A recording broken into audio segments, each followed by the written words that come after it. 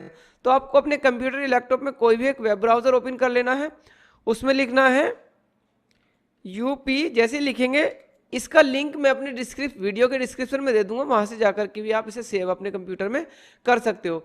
मैं इसे सीएससी के माध्यम से बताऊंगा, जो कि बहुत ज़्यादा आसान मुझे लगा है सीएससी के माध्यम से।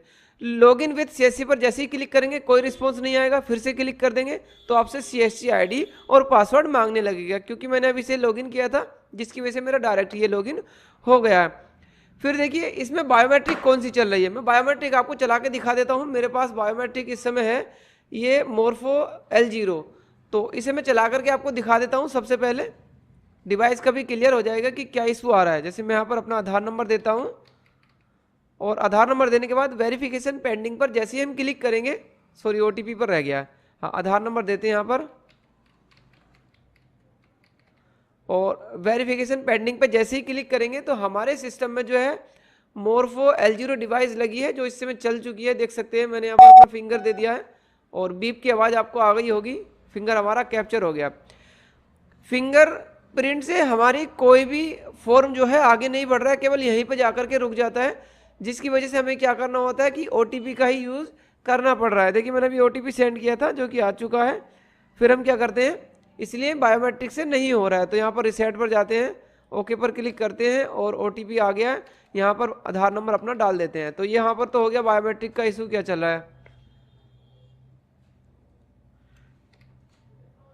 वेरिफिकेशन पेंडिंग पर जैसे ही क्लिक किया तो हमारे जो आधार में रजिस्टर्ड मोबाइल नंबर है उस पर ओटीपी आ जाएगा। ओटीपी यहाँ पर हम डाल लेते हैं। डालने के बाद जैसे ही वेरीफाइड करेंगे तुरंत से यहाँ पर डिटेल हमारी खुल करके आ जाएगी। अब ये कह रहा है कि मोबाइल नंबर वेरीफाई करने के लिए, तो यहाँ पर मैं मोबाइल नंबर भी वेरीफाई कर लेता हूँ ताकि आपको अच्छे से समझ में आ जाए।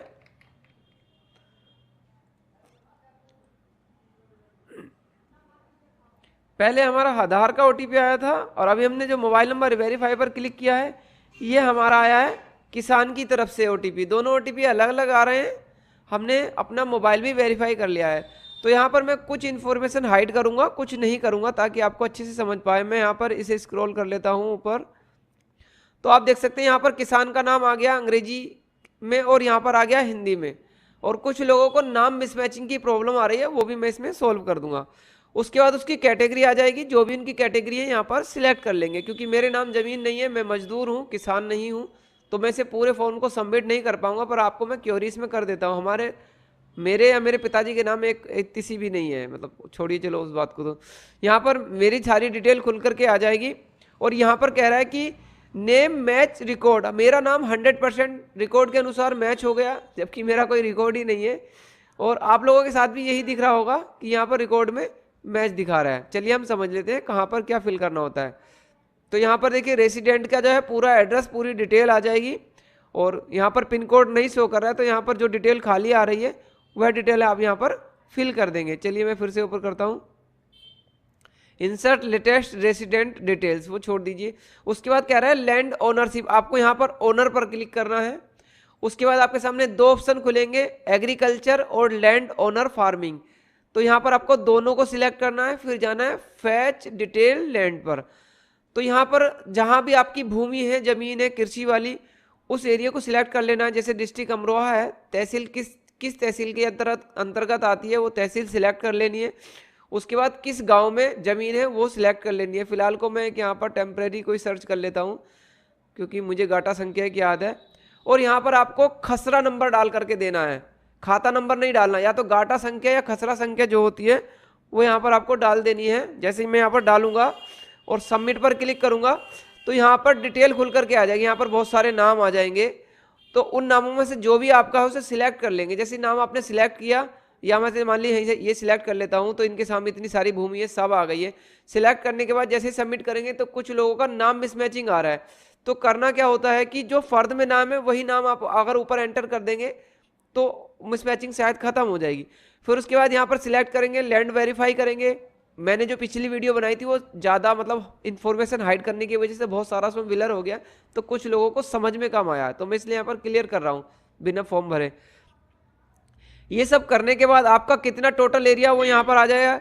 आपके नंबर ऑफ लैंड कितना, मतलब आपकी भूमि के कितने नंबर या कितने खाते हैं वो यहाँ पर शो कर देगा, या कितने आपके खेत हैं।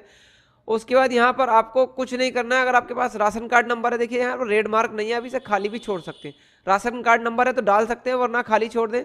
फिर यहाँ पर आएगा एग्रीकल्चर पर आपको क्लिक करके और रेसिडेंट और ये तीनों पर क्लिक करके और सबमिट पर या सेव पर क्लिक कर देना है। तो आपके सामने एक पीडीएफ जनरेट हो जाएगा।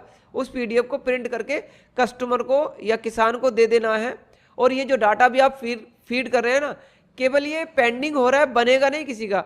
उसके ऊपर वेरिफिकेशन होगा, वेरिफिकेशन होने के बाद किसान कार्ड बनेगा। ऐसे ही सबका नहीं बन जाएगा। जैसे कि मैं किसान नहीं हूं, मैं चाहूं तो मेरा नहीं बनेगा।